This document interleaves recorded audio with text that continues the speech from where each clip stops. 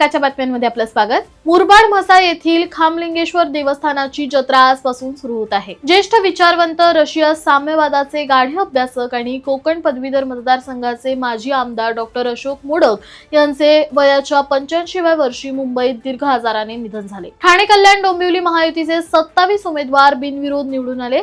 कल्याण डोंबिवलीत 20 तर ठाण्यात 7 अशा एकूण 27 जागांवर महायुतीने ऐतिहासिक बाजी मारली। डोंबिवली रिजन्सी अनंतम रस्त्यावर स्टंटबाजी करताना दुचाकीची मोडतोड, मोटारीचे नुकसान, दुचाकीस्वार जखमी, सुसाट वेगामुळे स्थानिक रहिवाशांच्या सुरक्षेचा आणि शांततेचा प्रश्न पुन्हा ऐरणीवर। पंतप्रधान नरेंद्र मोदी यांच्याबाबत करण्यात आलेले वक्तव्य अत्यंत दुर्दैवी व निंदनीय असून अशा वक्तव्यांमधून हिंदुत्वात फूट पाडण्याचा प्रयत्न केला जात असल्याचा आरोप उपमुख्यमंत्री एकनाथ शिंदे यांनी उद्धव सेनेचे पक्षप्रमुख उद्धव ठाकरे यांच्यावर केला। माजी डीजीपींना 8 कोटींचा गंडा। मीरा भाईंदर शहरात एका मोठ्या आंतरराज्य आर्थिक फसवणुकीच्या गुन्ह्याचा पर्दाफाश झाला असून 7 जणांना अटक करण्यात आली आहे। ऐन महानगरपालिका निवडणुकीच्या पार्श्वभूमीवर उल्हासनगर शहरात 2 वेगवेगळ्या ठिकाणी झालेल्या कारवाईत विठ्ठलवाडी व मध्यवर्ती पोलिसांनी दोघांना 2 गावठी कट्ट्यासह अटक केली आहे। श्री मलंगगड परिसरात मद्यपी वाहन चालकांचा कहर। नववर्षाच्या सुरुवातीलाच नेवाळी श्री मलंगगड रोडवर पहाटेच्या सुमारास सलग